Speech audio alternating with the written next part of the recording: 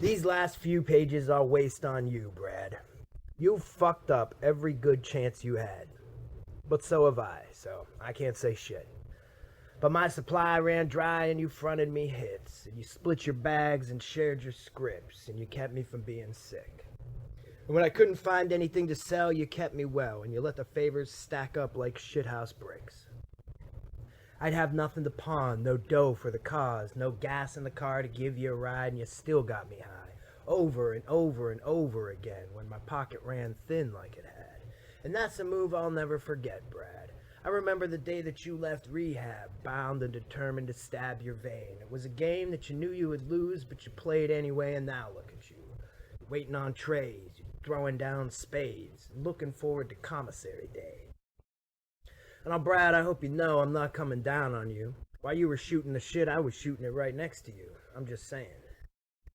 Think of the conversation we had on the rehab bench, that last cigarette before you left. You smoked and said, if I leave, I'm fucked. But you knew you'd go. And oddly enough, we shared that same smoke 3 months prior on the courtroom steps the day we met. I was smoking my last cigarette as a free man. And in a way, I think it's kind of funny that you came up and you bummed one from me and I gave you the pack. Because that day in rehab, you gave me one back and told me to talk you out of leaving. And then you didn't even listen to me once. I gave you a whole pack of last cigarettes and you used them all up in less than 3 months. And now it's one room, 4 walls, an 8x9 coffin, a tin toilet and a matching flush button. Sick nights in a sleepless rack with a sweaty back and goosebump skin, and now a lunch tray winning hand of spades is about the best you can hope for. Or maybe that your shit on a shingle was warm.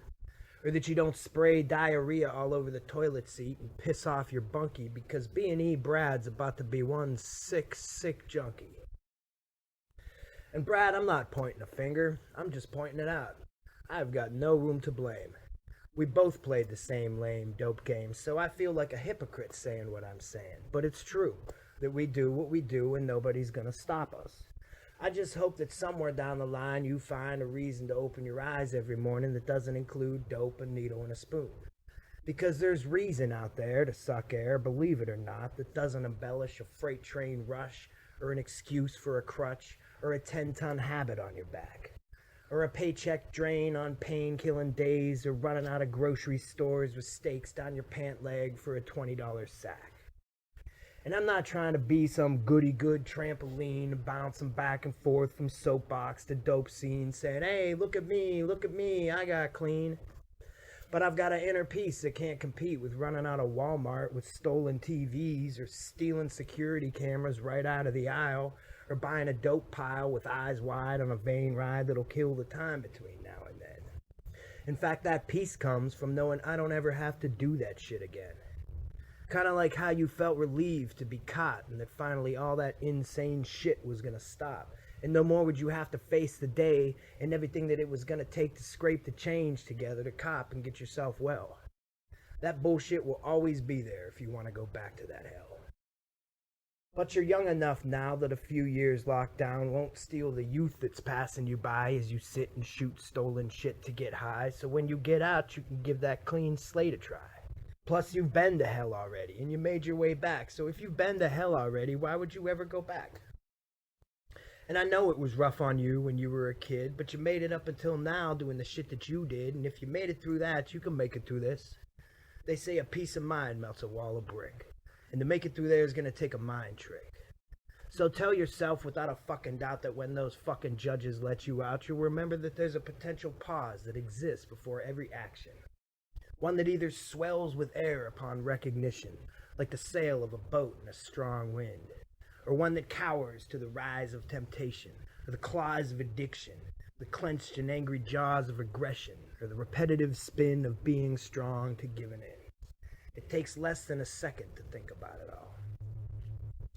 So with the pause in effect, you can then recall the rehab halls, the PO's piss cup bathroom stalls, the prison yards, chow hall calls, curfews, counselors, community service hours, and state-imposed terms of motherfuckers in your face.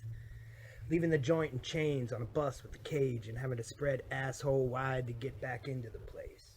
Or the penetrating claws of a chemical embrace. staining your silverware with the heavy habits that consume the days of slaving to the churn of an urgency to earn. But the pause only exists if you choose to see its face, where it waits to be spotted and plotted upon.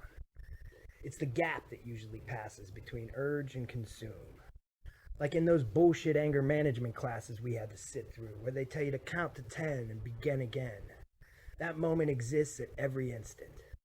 The chance to move at a right angle, or spin like a turntable for a back of your heel ride, away from a bad decision that hasn't yet been realized.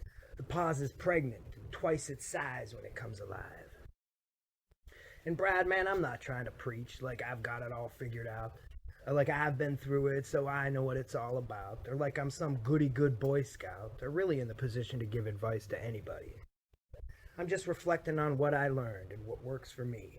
And I know you're the same as any other junkie, and it doesn't matter what I say. You're gonna do what you want to do anyway. As you should. But you're a smart kid with a strong will underneath your hood.